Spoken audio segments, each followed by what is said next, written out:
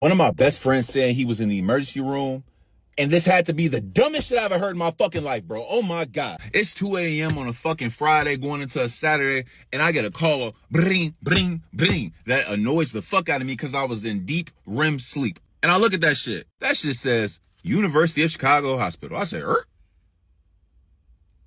Now, I don't know anybody pregnant. Hopefully, I don't know anybody dead, but let me just answer because, hey, maybe I need to be aware. So I answered that shit. They said, hey, is this Ma? I said, yeah, what's up? They said, yeah. Do you know a Terry? Yeah, I know a nigga named Terry. Oh, lovely. Well, he's been asking for you because he's currently in our care at the emergency room. For what? Sir, you know, HIPAA, all that stuff. We can't really tell you. So I don't know what's wrong with this nigga. I don't know what's going on with this nigga. I know absolutely nothing about my man's condition. So I say to myself, I need to go be a good fucking friend and zoom, zoom, zoom all the way across town. Little did I know I was being lured across town for some bullshit. So I am in the car, complete silence, just driving like way above the speed limit. I'm zooming, thinking something happened to my man, thinking somebody might have, you know what I'm saying? He been a little wild ever since him and my homegirl Cece broke up. So I don't know if somebody hit him with a. Gee, I get to the hospital. I find parking. I sprint to the hospital, creasing my Nikes. I run up in there. I'm in the emergency room, bro. It's a goddamn shit show. It's a motherfucker over there who look like, I think they say he got COVID. I was like, damn, niggas still get COVID?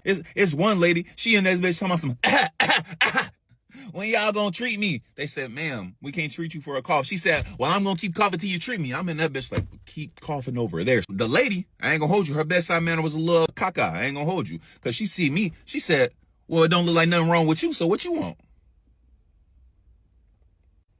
Y'all got a nigga named Terry up in here? She says, Terry what? I say his last name. She said, oh yeah, he over there. I guess Terry got good insurance because Terry had a room. So I'm walking down this long ass hallway to go see my homeboy, bro. And it feels like just the longest walk of my life because I don't know what this man got going on, bro. Do you know how it feels to get a call at 2 a.m. talking about your man's in the hospital and you just thinking the absolute worst, bro? You think you might catch a case for this man, bro? I put my hand on the door, slow motion. Everything's moving in slow motion. I'm just thinking, oh my God. I'm damn near praying to God, like, please let my man's be okay. Put my hand on the door, bro. I go in there. This man is chilling, eating some fucking Jello. His little scrubs like nothing is wrong. I said, Terry, are you okay? He said, yeah, bro. Like, I'm a little sore. I'm a little fucked up. You know, it was a little scary, but like, I didn't think I was going to make it. He ain't got no bandages on. He just got a little IV. Now I'm not gonna hold you. I'm a little fucking thrown off because, not to say I wanted something to be wrong with you, but why the fuck it ain't nothing wrong with you? This nigga gonna put his Jello down. He's talking some, Ma, I was fighting for my life tonight. Okay. Now I'm sat. I literally pull up a seat next to his fucking beds. Now it's like full bedside stories. I said, damn, Terry, what the fuck happened? He said, Ma, I had a date tonight. Huh? This man was like, all right, look, you know expat, right? Yes, I know expat. He was like, well, we was leaving expat, and Shorty was fine, Ma. Like, Ma, when I tell you she was like an 11 out of 10, Terry, I don't give a fuck. What does this have to do with us being in the hospital? He said, I'm getting there, nigga, I'm getting there. So Shorty was an 11 out of 10, right? And we get the whip. I asked her, I was like, you got any shit back at your crib? She said, nah. So I didn't want to be burning, so you know what I'm saying? We was gonna go to 7-Eleven, but I was like, nah, I want to go to a gas station type shit. Okay. This man said, you know when you go up in there and you like see like the condoms and shit behind them, but then you see all those little different pills and it'd be like the rhino and like the snake and like, you know what I'm saying, the honey and like the badger and all that shit. I've never seen anything more than a rhino, but sure. He was like, right, so they had the rhinos and tigers. I'm like, what, the lions and the bears, niggas? Oh my. Ma, this is serious. I couldn't fucking tell, nigga. He was like, yeah, bro, they had all these pills. So I asked the man when I was trying to get the condoms, hey, bro, you ever tried any of those pills back there? And it was this little short Indian man. And he said, bro, I done tried all these. What you want to know?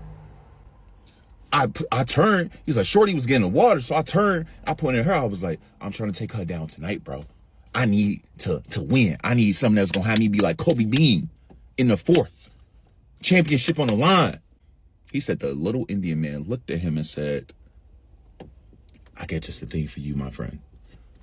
Reaches back, passes him this fucking red pill, one singular pill in a pack. He was like, my friend, you take this, you're going to be going for 8 hours. Now, if that didn't sound normal to you, then you have a working brain.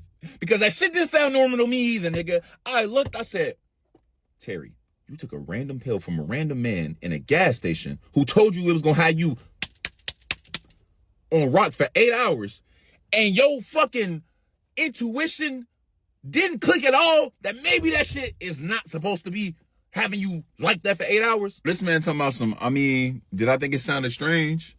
A little bit, but like, also, Ma, if you seen her, you want to go eight hours with her too. Nigga, it's nobody I want to go 8 hours with. I don't care how fine she is, nigga. I need a break at some point. Clearly you didn't think about that, cause tell me, what happened, Terry? So what happened? He said, bro, I got everything, went back to her crib. I popped that motherfucker about 30 minutes later, like bro said. Had me right. I was in that bitch, bro. Round 1, round 2, round 3, round 4. And then round 5 came. And what happened during round 5, Terry? He says, I had to go to the bathroom. And when I went, something just ain't feel right. You don't fucking say. Gang, this man said he went to the bathroom.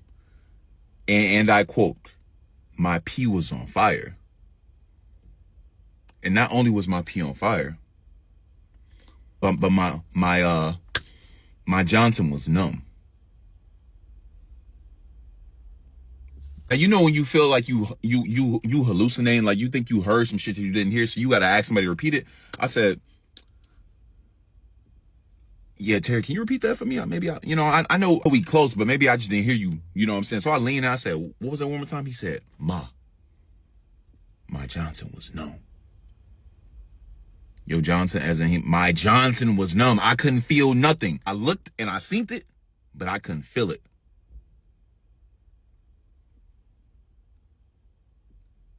And what did you do after that? He said, well, I went back for one more round. You did what now? He was like, bro, I was still rocked, so it just made sense to go back again. So I went back for one more round. And then after that round, I woke up on the floor and she called the ambulance and I told them to call you, and now here we are.